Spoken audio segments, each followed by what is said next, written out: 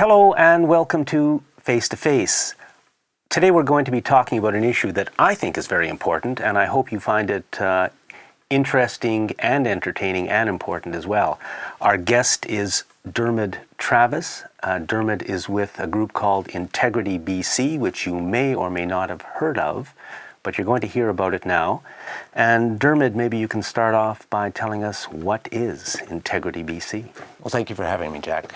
IntegrityBC is, first of all, a very new organization, so viewers who haven't heard us shouldn't feel too bad about it. We started in March of last year. It's a non-governmental organization, non-partisan, non-profit.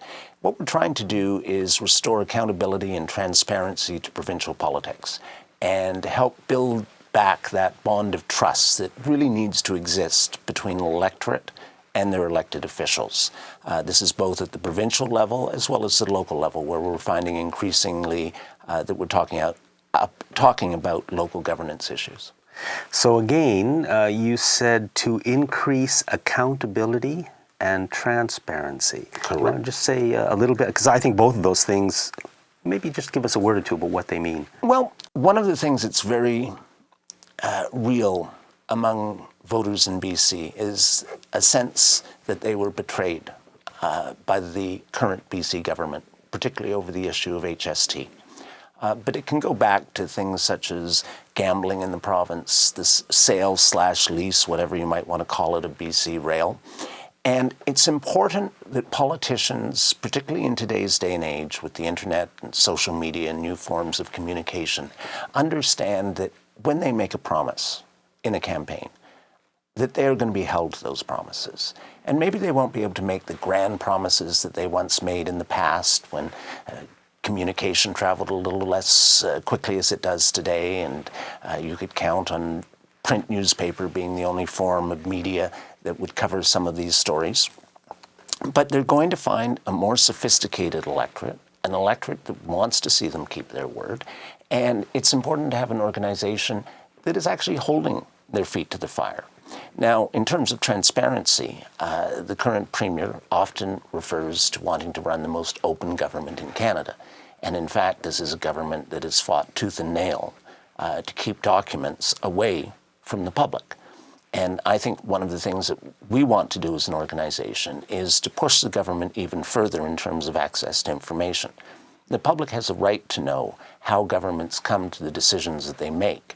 And in order for the public to be able to analyze those facts, those figures, those arguments, they're going to be able to have access to the documents. And when you have a government that's prepared to go to the Supreme Court to prevent the public from seeing public documents, we have a transparency problem as well. And so we hope to address that in our work.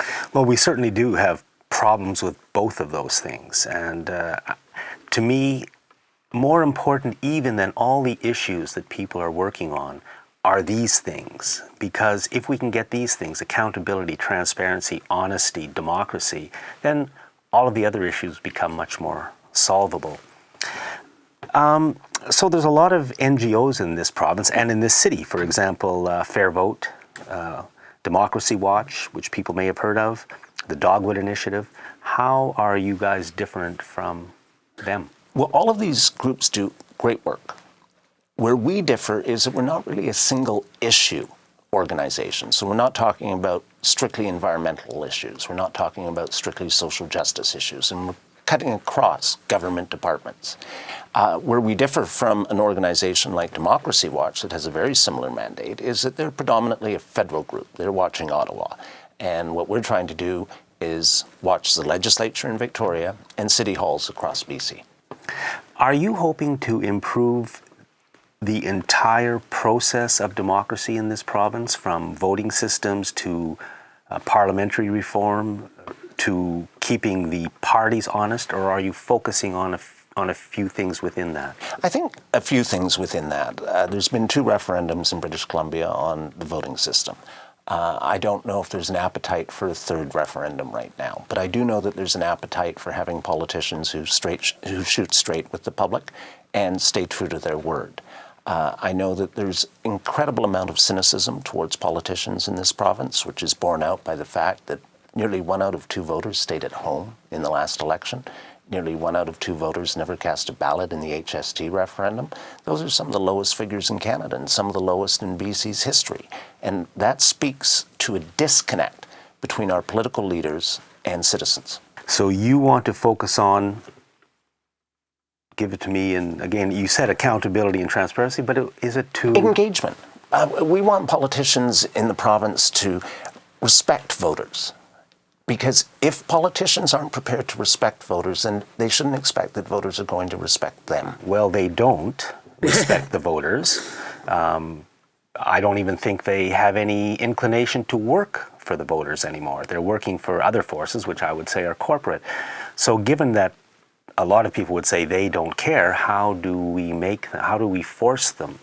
Well, one of the things that we're trying to do, and it's our primary campaign work right now, is we're running a campaign called Who Really Runs BC. And we launched that campaign last October.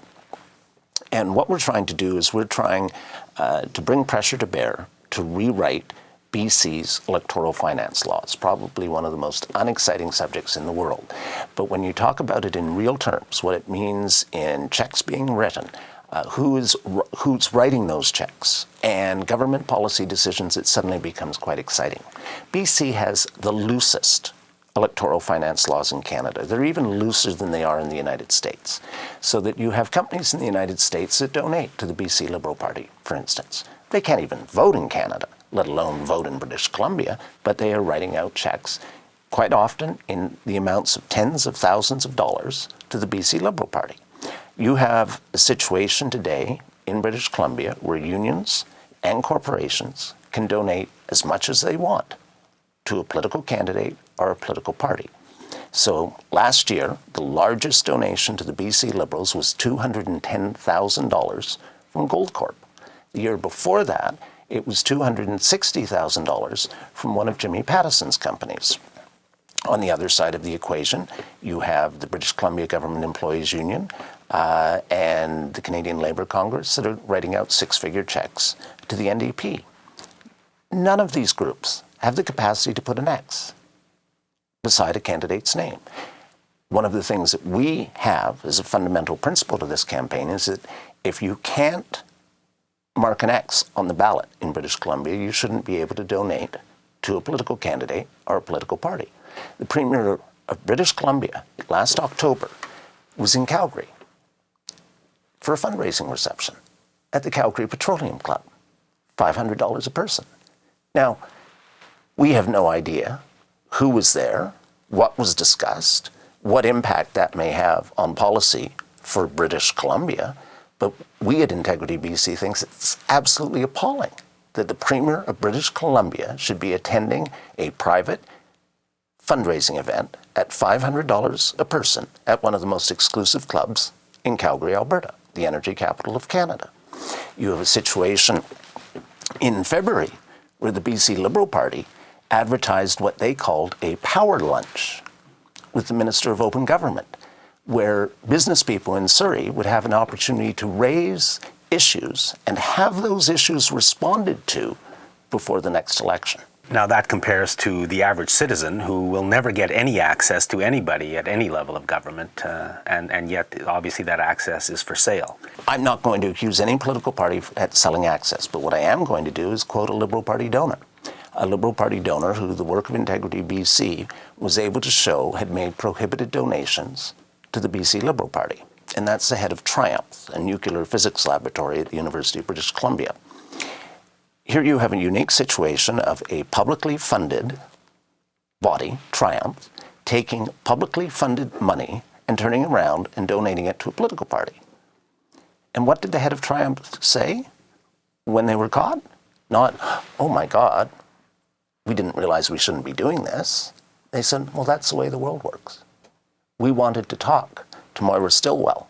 We wanted to talk to the MLA from Burnaby North, Richard Lee. We wanted to talk to Christy Clark, and this is how you do it, is you buy tickets to their fundraising events. And we don't believe that's the way the system should work. So we want to ban corporate donations. We want to ban union donations. We want to ban the idea that you can live in another province or another country and give money to a BC political party or candidate. And we want to cap how much an individual can give, so that the size of the wallet doesn't dictate how much space you have when it comes time to debating public policy. Now, I think these are fundamentally important issues. I think everybody who's watching this should at least give a nod in that direction because they are important. Who is paying money to the political parties has a lot to do with who controls the political parties. Maybe you can say a few words about other provinces where what you want already exists, because it's not that difficult to do. No, it's not. And provinces are, and most provinces have either moved all the way towards where our campaign goals are, or are moving in that direction. BC is the worst. BC is unquestionably the worst. And because it is a comparison with other provinces, let me give you an example that I think is incredibly startling and should shock viewers, it should shock British Columbians. The candidates running for mayor of Montreal in the last elections in Montreal, the maximum donation they could receive was $1,000, because that's the cap. So no person could give them more than $1,000. No company could give them money, no union could give them money. And the person writing the check for $1,000 actually had to be able to vote for the candidate, which meant they had to live in Montreal.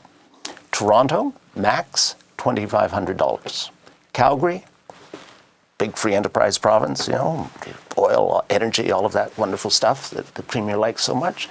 Cap, $5,000 for the candidate of mayor of Calgary. Do you know how much Rob MacDonald gave to the Vancouver NPA in the last election, last November?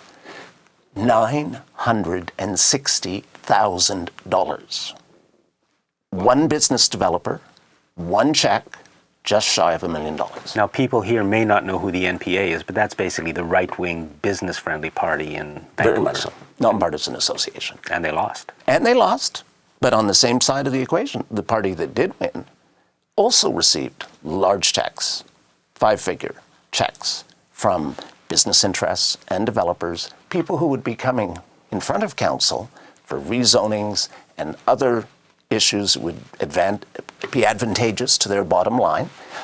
We want to take all of that out, because that really goes to the core of where public cynicism is. You take the money out of politics, suddenly politicians, coming back to one of your earlier questions, have to start showing a little more respect to those voters.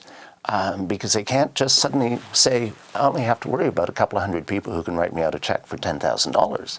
Now I have to worry about a province. It is a step in the right direction, that's for sure. Now, my understanding is that provincially, at least Manitoba and Quebec are...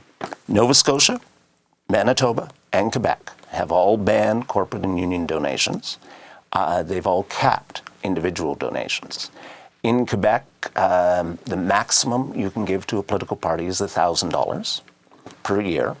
And Quebec is, as Quebec usually is, it's kind of unique in this area, because of some problems that they've had in terms of ensuring accountability and transparency in provincial politics. And corruption. Well, we're going to go to the corruption, is that they've decided that if you want to write out that check to the Quebec Liberal Party or the Parti Québécois, or what's called now the Coalition d'Avenir de Québec, you have to write it out to the Director General of Elections. So you don't write the check to the party, you write the check to the umpire. The umpire is responsible for making certain that it is legitimate contribution that can go to the political party, and then they remit the money to the political party, so that they have some control over parties trying to bend the rules, and are what was seen in Quebec, and some of what we're talking about in terms of our campaign is trying to address this, where you have companies who in Quebec were not able to give, but they had all their senior employees give. So effectively they were masking their donations. We've seen some of that in BC, by the way, which is a concern. But certainly if you if you ban corporate and union funding, you are going to have to ensure that companies don't get around it by simply asking all of their senior employees to make the max contribution. Right. And that's commonly done where things are banned. So you have to, and of course, all of this will be an ongoing fight, because no matter what rules can be put in place to make the system fairer and more democratic, there's always somebody who's looking to skirt the rules. So always. How are we going to go from the very undemocratic funding situation we're in now to something which I think is a lot better, which is what you're advocating? Well, one of the things that I'm really happy about and quite frankly amazed about and should interest everybody in the province. In 2009, the NDP had it in its platform in British Columbia to ban corporate and union funding. They've reiterated that particular policy stance in April. But the BC Greens, also 2009, same call. They've reiterated it. But what we have now is the emergence of something called the BC Conservative Party. And we have John Cummins, who agreed to sit down with IntegrityBC and answer some questions that our Facebook users had posed. And one of them was on campaign finance reform. And he has put the Conservative Party foursquare behind our campaign. You have a situation with the goals that we have with the Who Really Runs BC campaign, that political parties from the left to the right are united, that it is time to clean up how parties are funded in BC. Only one party stands in the way. Party that's currently polling at around 20-25%, BC Liberal Party. And what we're hoping is that as we get more and more British Columbians talking about this issue, signing our petition, writing letters to the editor, call in to talk shows, writing op-eds, that the Premier will say, maybe this is a good issue for us to not only run on, but actually to pass before the election. Because they're the only party right now at the provincial level that is out of step. City of Vancouver passed a motion back in February, fully supporting our campaign goals. You're seeing municipalities doing the same across the province. We heard just this past week that View Royal is supporting our campaign goals. This is an issue whose time has come, in the words of Black Press, of all things. So we know we're on the right side of history, and we would just like to get the Premier and the BC Liberal Party to come join everybody else who's on the right side of history. And this can be done, quite frankly, very quickly and before the next election. Well, I hope that when the next election comes around, if it hasn't been done yet, that the winning party will remember what they told you and not change their minds, as so often seems to happen. But they'll have an organization to hold their feet to the fire on that one. Yeah, I mean, I do hope it happens. How do the parties provincially then get funded? Is it simply through individual donations, or will there be, as used to happen federally, some money from the provincial treasury to the political parties to allow them to function? Well, before we launched our campaign, we went out, we talked to a lot of stakeholder groups, citizens, political parties, and we said, what's going to bring you all together on this? And we found a few common threads. As I mentioned earlier, desire to cap corporate and union donations. To ban corporate and union donations, a desire to cap personal donations. At that point, that unanimity, if you will, began to break apart because there's a whole host of other issues. As an example, we've talked about capping, but we haven't said what the cap should be. In most provinces, if you get more than 10% of the vote or 15% of the vote as a candidate, you get a percentage of your election expenses paid for by, in essence, the taxpayers through government. British Columbia has none of that.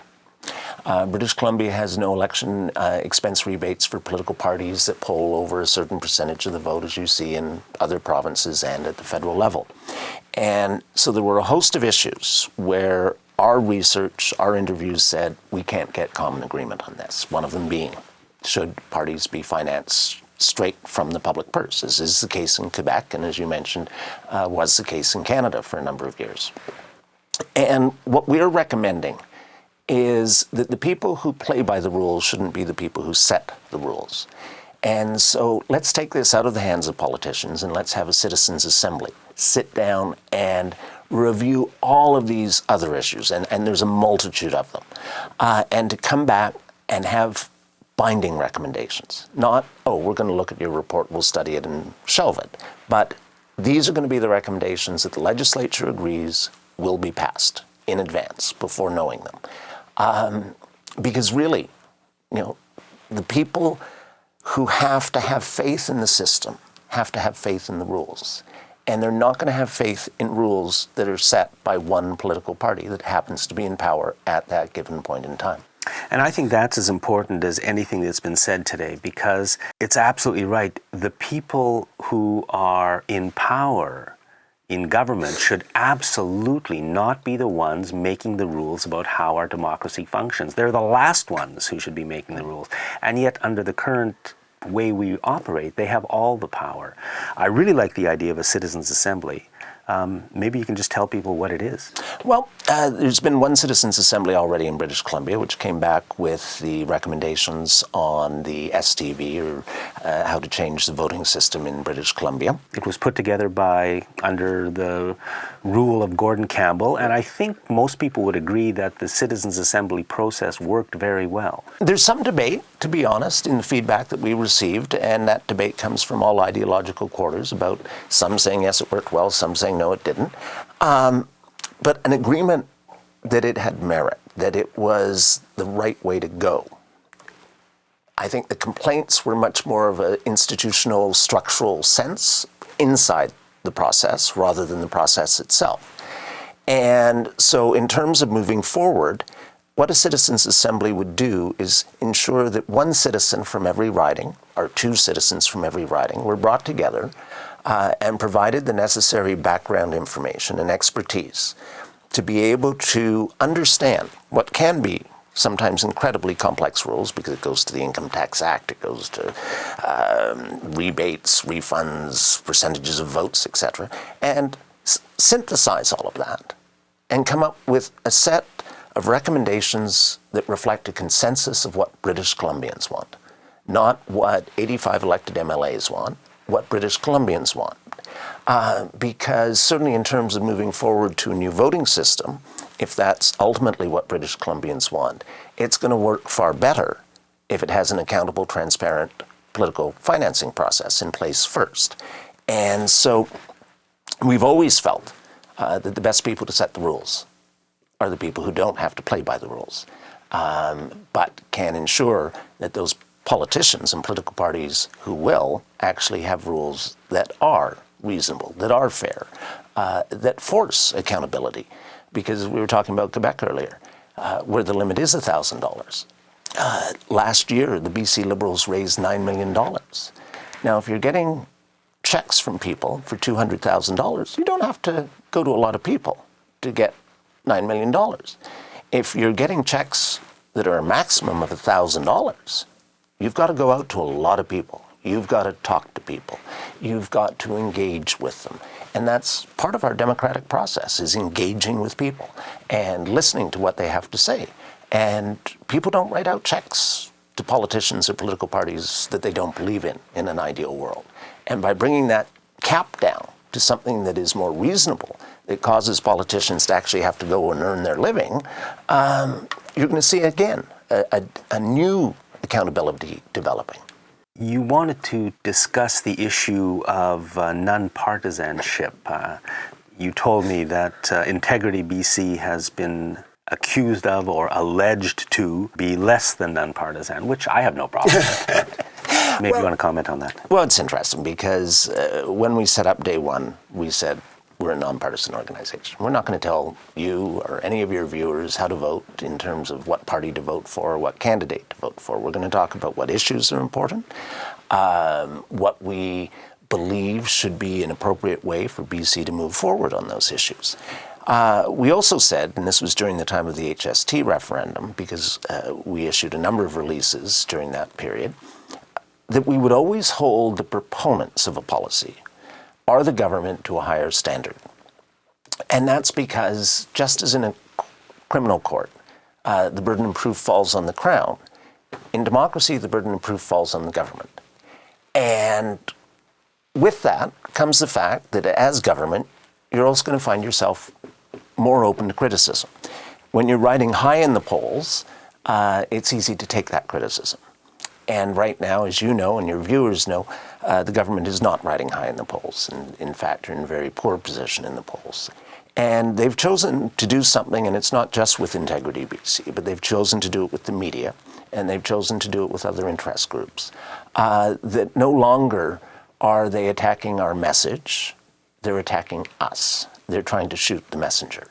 And I think it's very important when people look at our work to understand we would be thrilled to death if the Premier of the province got up in the fall session and said, I'm going to introduce electoral finance reform, and I'm going to do it in the next month, and we're going to be able to vote on it before the next election.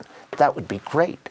Unfortunately, because they're riding so low in the polls, their skin has become so thin that they're trying to throw mud at all of their critics, rather than saying, I wonder if their critics have some good ideas.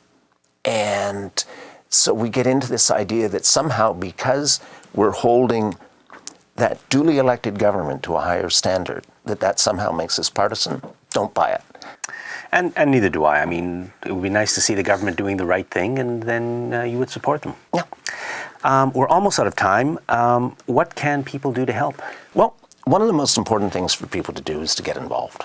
And whether that's with IntegrityBC or another organization that's closer to their heart, such as the environment or social justice, is not as important as that step of getting involved. We invite people to visit our website, www.integritybc.ca, to sign the petitions that we have on electoral finance reform, to offer to volunteer, to sign up on our database, to get our newsletters, just so that they are in a better position to talk to their friends, their neighbors, their colleagues at work about some of the issues that are important in British Columbia and our point of view on them, which doesn't necessarily have to be their point of view, but it hopefully will give them some food for thought. And you can also contact our local media and tell them you'd like to see more about IntegrityBC in the media, because I think it's a very important issue.